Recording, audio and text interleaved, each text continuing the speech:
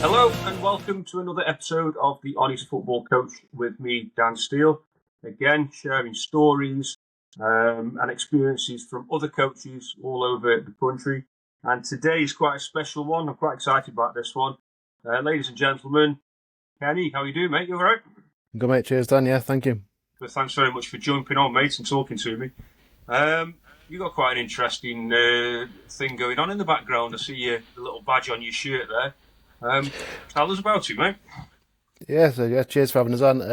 So I'm Kenny. I'm one of the founders of Headspace FC CRC. So we're a community interest group that basically has started up as a football kickabout and we're now running sessions to support mental health through football for adults. So anyone from age 18 upwards is welcome to join along what we do. We just have a kickabout, get to meet each other, no matter whether you've played football before or you've played high standard. It's no egos anywhere, no pressure. It's not competitive. It's just get out the house, kick a ball around, and meet new people and have a good bond with people.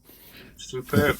I suppose the first question I have to ask: what got you to that point? Then, what made you decide? Was it literally just like all of us do when you're at a certain time of life, you just want to get back into the swing of playing football again, and it develops, or was there a method to the madness? Was this something that you were always going to put together as maybe a mental health champion, let's say? No, so it's kind of just grown from out of nothing really in a way. It was I hadn't played football for about 10 years. I'd played for about nearly 20 years from the age of 8 to 28 until my eldest was born. Decided then it was time to settle down and have a family and give up the Saturday and Sundays of coaching and playing. And then my daughter decided she wanted to get into football, so I took her along to one of the local teams training sessions, and the person who was running the session was one of my old managers from my Saturday teams, and I also did my UEFA B with him as well. So we kind of got talking. He's like, "Oh, come play in the vets team. You're old enough now, like we can play." So I joined a bit of vets football, but with families and work and training 2 nights a week, playing on a Friday night, it didn't work out, and I really enjoyed playing again. It was great to get back in the game again. So myself and my younger brother, who've coached for years together as well and play football together and stuff, we decided that let's get some of the old lads from the old Sunday League team together. We hadn't seen each other for 10 years or so. And we decided it was a bit of a kickabout. Went to the pub after, so that was quite good. It was quite nice to get together again. Organised it again the following week. We had 8 lads turn up, so running around on a 9-a-side pitch with 8 lads is a bit tiring at the age of nearly 40. So it's good, but we kind of snowballed from that. So then we were invited a few more people, put it out on Facebook, like, don't know, come along, have kickabout.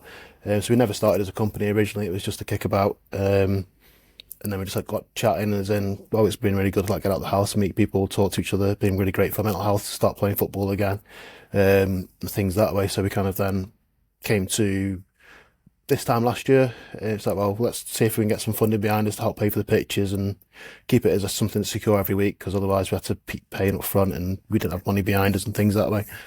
So we formed as a CIC. So basically any money we make goes straight back into the group and help support mental health groups and things that way as well. We've gone from that. So we've gone from having 20 members that we would struggle some weeks to get 20 people, and we would be playing 3v4 or whatever and lying on the floor after 10 minutes to now having 175 members who are across the whole city. We've got people coming from Derbyshire, people coming from Shropshire and Cheshire as well to come and join us. Different abilities, different ages and stuff. But we've now gone from doing 1 session a week to 3, with up to 100 people playing over that week, then 3 sessions as well. It's just kind of snowballed to something else, but we've made it into a company as we want the support there. We've got funding off Sport England. We've got sponsorship of Arnold Clark as well, which has been really good. Just to help us get out there and support people in a way that we couldn't do without it, really. So, yeah, football has that sort of ability to do that, though, doesn't it? I mean, I've got friends of mine who are quite heavily involved in things like Man v Fat, for example, where they're trying to lose weight. They join together with other teams, and football seems to be the thing that pulls everyone together, which is quite impressive. yeah, definitely. I think football's got that kind of, it's that universal language, isn't it?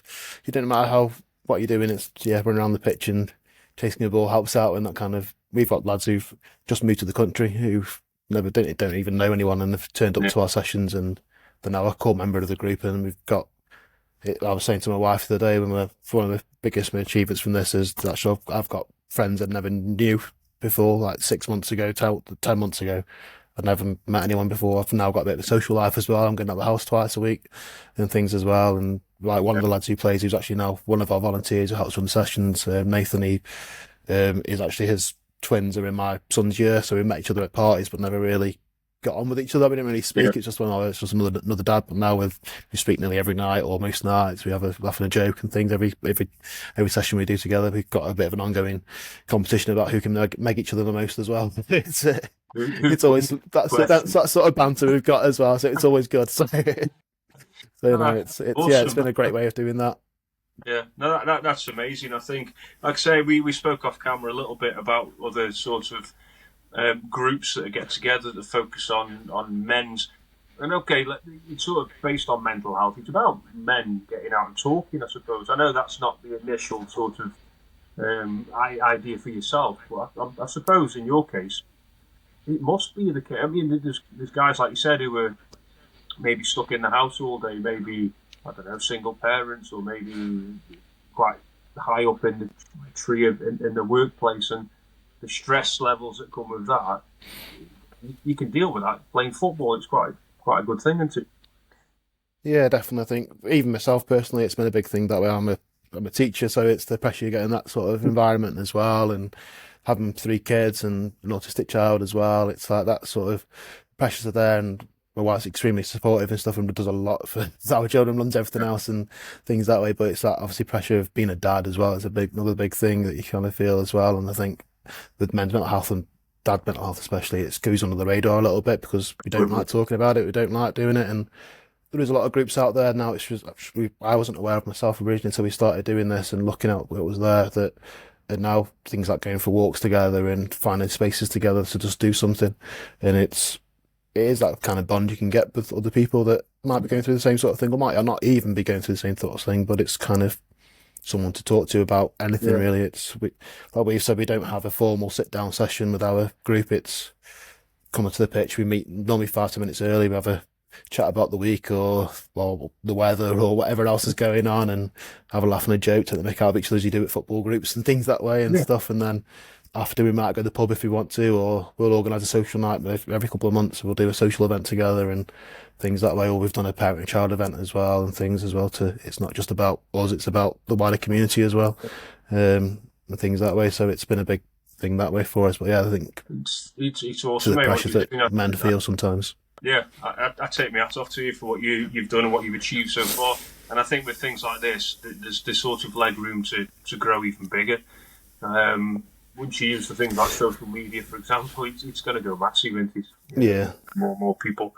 Yeah. We've obviously only been running for a while, but it's gone bigger than we thought it would go. It was never meant to be a massive thing, but we saw the impact it's having and the support, and it's been a bit of a full-time job on top of a full-time job, but it's been a nice way. It's taken my mind away from what I'm doing at work, and it's given me something to focus on at night that's not sitting doing work stuff or doing other things. I've been able to make a website. I've learned new skills that way. I've been able to do social media stuff myself and pick up different things that way and stuff. And the connections I've made with other people and other communities and stuff has been really nice to do that as well. Super brilliant. I suppose my next a bit different than my previous job. Yeah, absolutely. So I suppose my next question to you would be, after everything you've just said, and you've mentioned your family and your children, where do you find the time for 3 sessions and full-time work and being a husband and being a father? Where does that all come from?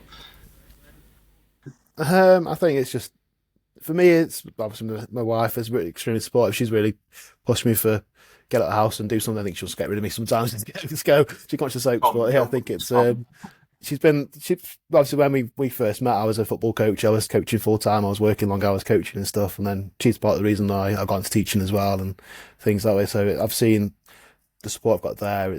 She helps me with everything that way and gives me the time to do it. And she's like, yeah, let's go for it. It means you're meeting people and stuff that way.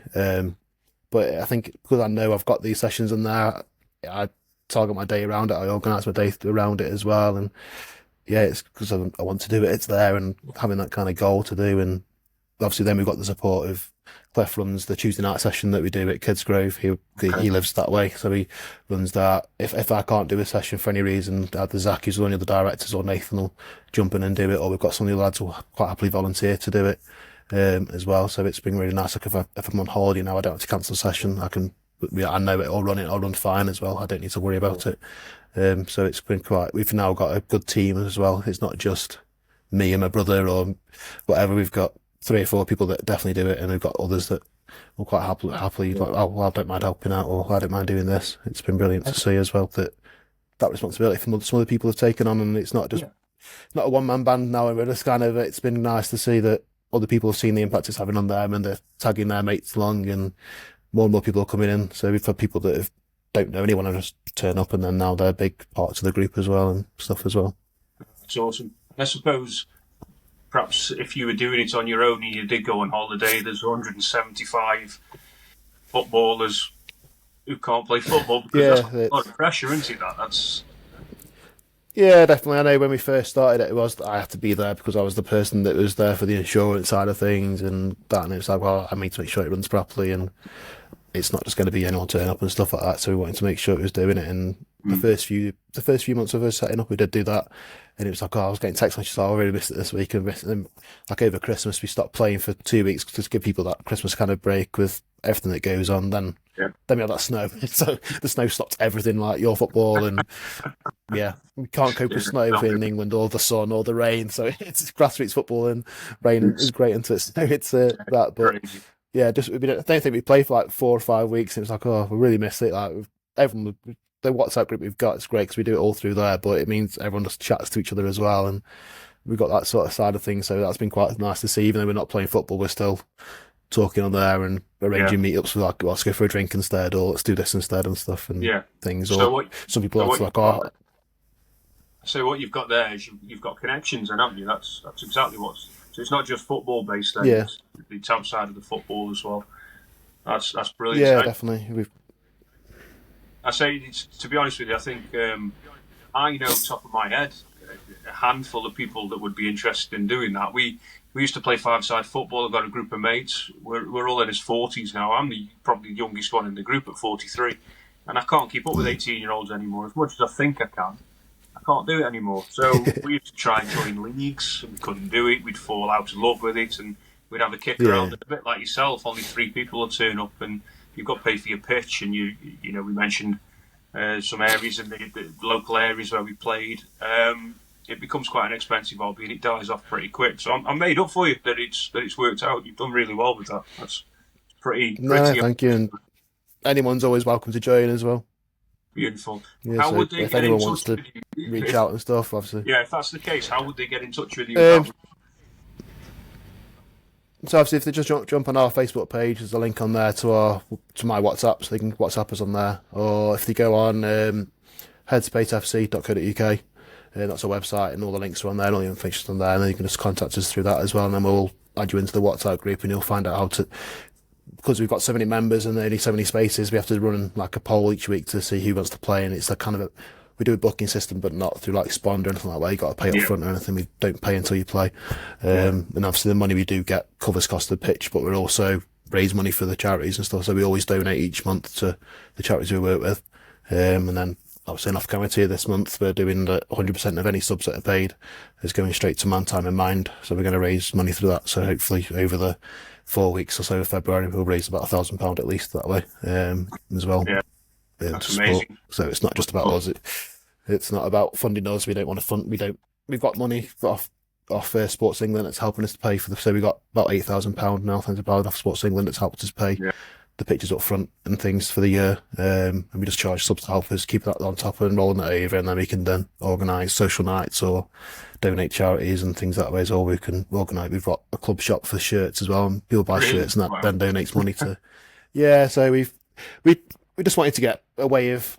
Football shirts are always a good conversation starter. We see mystery kits all the time, and we're like, oh, let's get something that's a way of showing off what we can do when we forget photos and stuff that way. So we started off with a company called Epic Kits, who made our first few shirts. So they made them, printed them all off for, and the shirts are great. And then it's kind of snowballed from that. So we've now got 3 different types of shirt plus a goalie shirt as well. So we've got a kit as well, and then Epic Kits have been great with us. So they normally charge a certain fee for shirts, so they've charged the fee, but then anything, every shirt that's sold, they're donating £5 to a mental health charity, and they're based up in Scotland, so they're doing it as like a national Yeah, thing as well. So they've been absolutely. brilliant with that. They're donating money from each sale and stuff as well, and they're doing that for us because of what we're doing as well, and they've been That's great that way. But yeah, it's been quite nice to see lads in yeah, shirts that we've just randomly made. So it feels like we used to play FIFA and make your own kits and stuff. that's the one. Yeah, It's like that's that. exactly what my lad's doing now.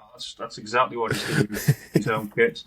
Oh, brilliant, mate! So that, yeah, again, I just say that you can see that this has got legs. It's going somewhere. This is, and you can kind of see the passion as you talk about it. It means something to you as well. I think so. It's quite impressive. Yeah. One thing I picked up on just as you were talking, so you've coached as well. UEFA B, did you? Yeah. So what does UEFA B? Yeah, What so level is yeah, UEFA B then? What do you do with that? so UEFA B was I did many moons ago, but yeah, so I've done UEFA B in the FA Module 3 when it first come out. So Yeah. it feels like many moons ago, so like 12 years ago, was it, or something like that, or Yeah. maybe longer. So yeah, that was obviously I've coached from grassroots up to academy level. UEFA B is what you can go into, senior football. So a lot of the ex players will be going for their UEFA Bs and things to get Okay. into their coaching side as well. Right. So yeah, it's quite a high level badge. I think when I was coaching, I got as far as I wanted to go with it. I could have done my A license if I wanted to, but I didn't Yeah. want to go into management and that side of stuff. But yeah, I coached for 20 odd years in different roles and different positions at different Yeah. clubs as well, and gone from coaching at academies to pub football and things as well. So it's been a bit of a passion. Football was always something that I always enjoyed doing. Good. So when you sort of coaching academy level, what clubs are you allowed to say? What clubs you were coaching with academy wise?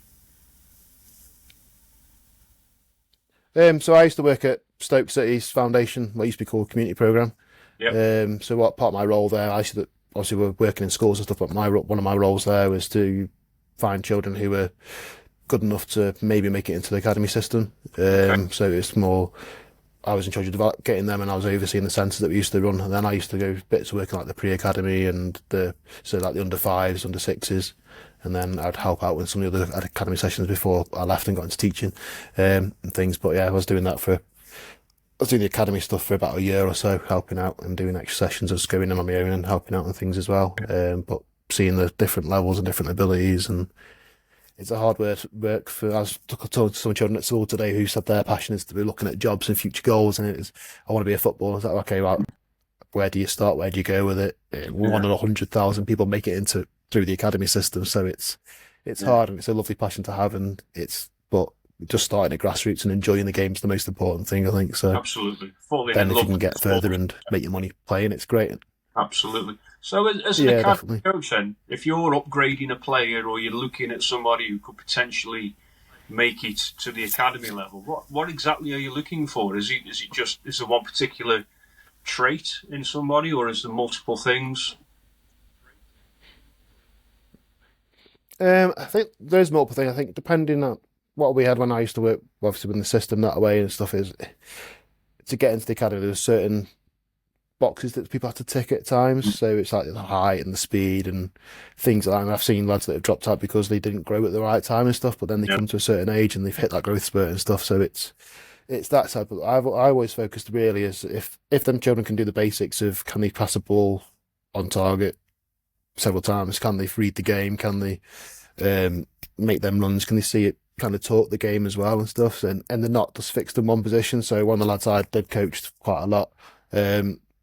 He was playing for me at the development groups at like 2 years above, but he was one of these players who could run with the ball forever, and he would love to take like 10 players on, then smash one in the top corner. It's like, yeah, great yeah, goal, but you could have passed that, you could have done that there, and it's that kind of team involvement as well, and yeah, understanding of the game and stuff. And sometimes it's like give and go you need and stuff and things like that. So yeah, it's kind of, for me, it was always that, has that child got a bit of, yeah, they've got technical ability, but have they also got that kind of brain of the game a little bit? And it's hard to get straight away into it, especially yeah, something like my youngest, he's 7, he started playing football, and I don't coach the team, I sit and watch at the side, but he'll come over to me and it's like, well, like, just pick someone to go stand and just watch the game, and like, don't have to chase it, don't have to chase it. Like, obviously kids at 6 years old want to chase the ball around the pitch, don't they, and stuff, but it's like you sit here now and like use that line of the pitch, and it's like, oh, he's like, how did that? And got the ball and defended that time. And even like we had to go watch Stoke for punishment, but we watched Stoke and he'll I sit can in the also stands like, I'm going to watch this player today, and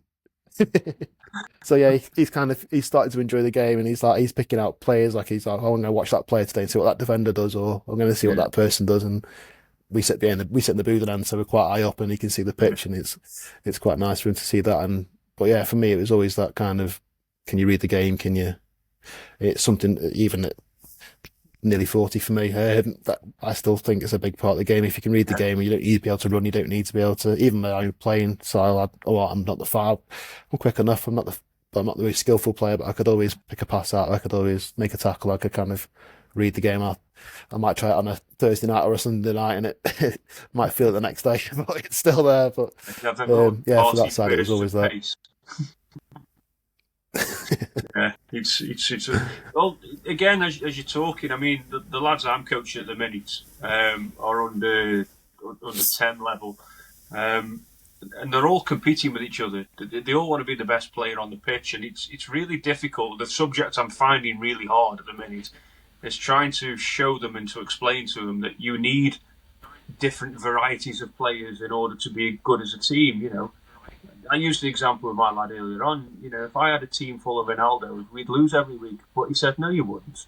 That's crazy, Dad, because Ronaldo's Yeah, brilliant." And it's kind of that's a bad example, but you need a variety of different people. And I think at a young age, you know, it's difficult to get that across. So it must be next to impossible for academy level to, because I would imagine under 10s or maybe 11s, yeah. is that kind of too late academy, or is that roughly okay? Or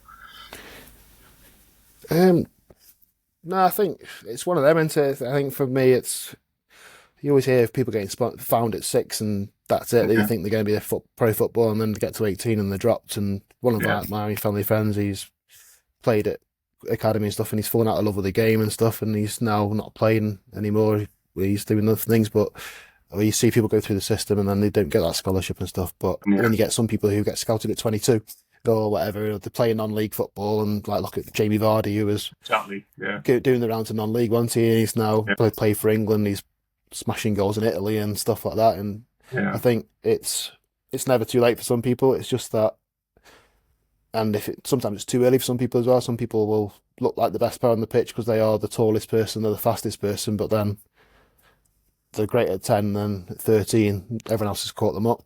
And yeah, then it was always, for me, it was always that kind of juggling out, spotting people and see what they're doing. We always used to say to parents, obviously I wasn't predominantly in the academy, I was always the kind of the go-to between yeah, stuff, but it was like, well, if to get there, it's hard getting there, and it's even harder staying there because you've got people that are constantly coming to fight for your position and stuff. And I yeah, say that to lads at school who want to get into academy and stuff, like, you do realise you're playing for a good team, keep playing, keep doing it, and then you might get there, you might not, but it's one of yeah, them things. And enjoy the game. If you get to play, if I used to say to some of the coaches I used to coach, I always said to my brother, if I found a lad who enjoyed the game and played the game really well, and they were playing Saturday football or they were playing pub football and they enjoyed it, that was more important to me, that they were yeah, enjoying the game and were playing it. And then if they got into semi-pro or they were playing at another good standard, it was great. But I prefer that they loved the game and could play and could find it. And if they got to academies and other things, and like lucky enough that I've coached some great players that have made it and have gone through the system and got up there as well. Um, but that's hard. It's hard work for them, and it's a lot of dedication and stuff from the families and things as well. other than academy level then, or go between. What was your experience in the grassroots? Did you say have you done a certain age? Yeah, so obviously I coached originally from, well, we were coaching from 5 years old up to Yeah, adults through my coaching side. So that side we're seeing a lot of children that were coming into the game or getting into the game. We had disabled adults that were playing the game as well. So yeah, I had a lot of experience that, and obviously playing myself. I'd played from, I don't think I didn't start playing until I was in year 4, so however old that is now. So it's like 8, yeah, 7, 8. I started playing. Yeah, we used to have a green behind our house when we grew up, and me and my brother would be out there like from 9 o'clock in the morning till 3 o'clock at night, or 3, 4 o'clock, and then mum was shouting at us, we want to go back outside again. And yeah, there's pictures of mum had photos of us in the snow, like that we just always playing outside. There was a mud patch behind our house that was still there, like when we left the house like 10 years ago. And it's like, yeah, that's still there. And we're like, no, in our 30s. So it's just constantly playing and stuff. Right. But yeah, for me, I've played like Sunday league and Saturday leagues, like West Midlands and that sort of stuff, Okay.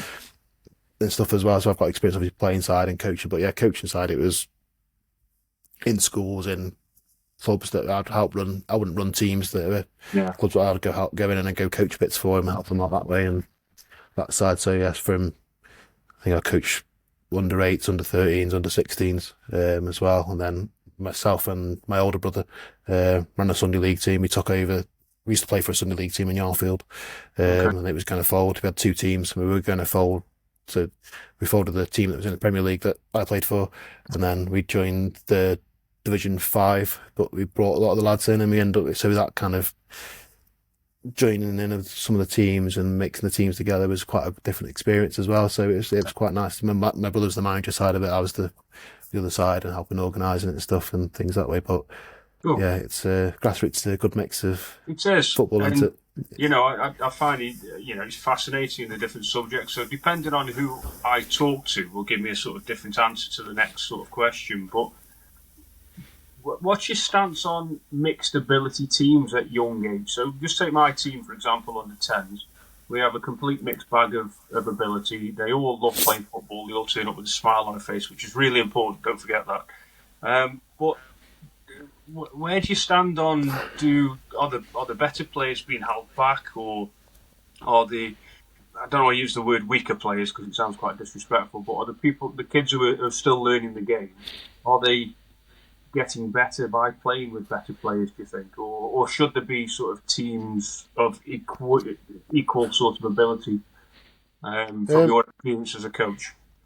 Yeah, I think even my own experience as a coach and as a dad, like my 7-year-old just started playing football. He's playing with a group of lads he never met before, and he's only he just found the game really, and he isn't the strongest player there, but he's playing with children who are of good ability, and things as well.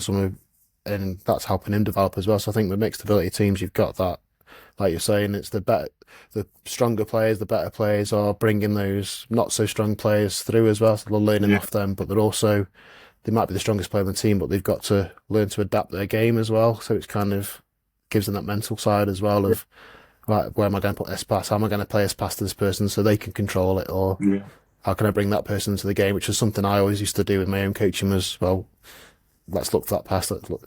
It's the Ted Lasso, make that extra pass. It's that sort of stuff. So it's post that says "believe" above the door. But yeah, it's that sort of I'm a big fan of the mixed ability sort of stuff. I think if you separate, I'm the same with teaching. I always have mixed ability groups when I do the teaching and stuff, and it's that I think you learn off each other, and it's that sort of if you don't work together and obviously the better players aren't going to get empathy for the other players either as well. They're going to always expect to be the best player in the team, and then they're going to go to a team where they're not the best player. And so what do you do then as well and stuff? And it's that sort of thing as well. So I think it's that development in it also then means, okay, you're a great striker, but can you play in defence? And it's that getting players to learn a different player. I think was it Sorba Thomas, the other player, played it right back for Stoke, didn't he? So you've got to learn different positions and different plays and things that way. So to be honest with you, Ken, if we'd have took our boots, we probably could have played right back there. I think anyone could have, couldn't they? We will go anywhere, honestly. I think my son was getting warmed up at some point. Absolutely. But it's quite an interesting topic because, I mean, just a quick background from where we were. So last season, my under-9s, as they would have been, were a Tier 1 team. They've done away with the tiers now, so this structure, but that's where we were. We were a good team playing against the likes of your Hanley Towns and your Newcastle Town. And we were doing really well. I'm not going to take any credit at all for that. That's just luck of the draw. The players I got on really well and just kept winning game after game after game. Then at the sort of close season, I lost 6 players, so the team was kind of that far away from folding. And I've had a handful of players who have come and joined us who have never played football before. So I've kind of experienced it top end, if you like, of grassroots. And I've also experienced it at the lower end as well. And one thing I've found with the lower end is the enjoyment of coaching the kids with smiles on their faces is far easier, even though the technical ability is not there. It's far easier than it was trying to deal with temper tantrums and stamping feet of kids who hated losing. I don't like losing myself. My son's the same. There's kids in our team now who don't like losing. We've won 1 game all season so far, but they keep turning up every week and they keep smiling and training. They're falling in love with football, and that's, for me, that means more than perhaps I was getting last season. It's a strange story. No, I definitely was. Well, when I played at like junior level, I think one of my teams I played for, we didn't win for 2 years, but we still had the same core of lads that played. There was some lads that, and we just loved the game, and we turned up every week. Some weeks we were getting beat 15-0, but we didn't care. And then I remember winning the one game we won. I think we won it like 5-2 or something, and just the whole jubilation of winning that game. But it was like, we're going to play again next week. Don't care what happens again. Then it's just like enjoyment of playing and the friendships we made, and actually, like so many coaching children who aren't the top players or whatever. It's that enjoyment when they find that new thing they can. They've just done that first every time they've played that pass and stuff, and that enjoyment. I've done it. I can do it, and that kind of belief they get from it, and that belief poster again. It's getting there, isn't it? But it's that thing that's like, it's seeing them with the smile on the face, and is why we were saying off camera about parents in the background, that sort of thing. They're gonna, not everyone's son's gonna be messy, are they? But it's no, absolutely not. Having that sort of thing, and I think you find when you have the players that are the hate losing players, you have the parents on the side and that are shouting at the coaches, or they're shouting from the sidelines, and they're trying to coach the players as you're coaching the players as well. And whereas you've got the players that are still learning the game, you don't tend to get that as much as well. But then you see that enjoyment, and I think with the mixed ability thing, you then get the fact that them parents are seeing them parents actually just watching and learning with the coach and with the players at the same time, and it kind of helps that as well. Well, it's funny you should say that, because we've got a young lad who's actually my assistant Steve's son. So Ben, the young lad is, and he's wanted to play in a team forever. He's never played in a side before. He came and joined us, and not so long ago scored his first goal. And everybody, when I say everybody, all of the players, all of the parents, if they could have climbed over the barrier, would have done the same. They all jumped on him, and you sort of stand back and look at it, and you think that's what it's all about. Definitely. And he lit up, and he comes back time and time again. It's phenomenal. So it's a really good news story. Kenny, you've been amazing, mate. Thank you. Appreciate that. No, thank you. Good. No, thanks for having me on. It's been great for. So, just to recap, so Headspace still recruiting players, still advertising. Yeah, anyone's ever welcome to join, even if it's just join the group and see what they're about, or whatever. Follow us, join us. We share obviously social nights and stuff. Anyone's welcome to come along to that as well. So you don't have to play football. It's open for men and women as well. So we've got a couple of ladies in the group who play every now and again as well. So yeah, anyone, any ability, any experience, we don't mind. We don't anyone at all. So yeah, awesome. Even if you don't know anyone, you're always welcome. Cool. I might take you up on that myself. I just won't tell my wife yet. I'll just I'll slip that in. So when she watches the podcast, yeah, definitely. She'll know where I've gone. Listen, mate, you've been absolutely amazing. Thank you very much. I appreciate your time. No, cheers, Dan. Take care.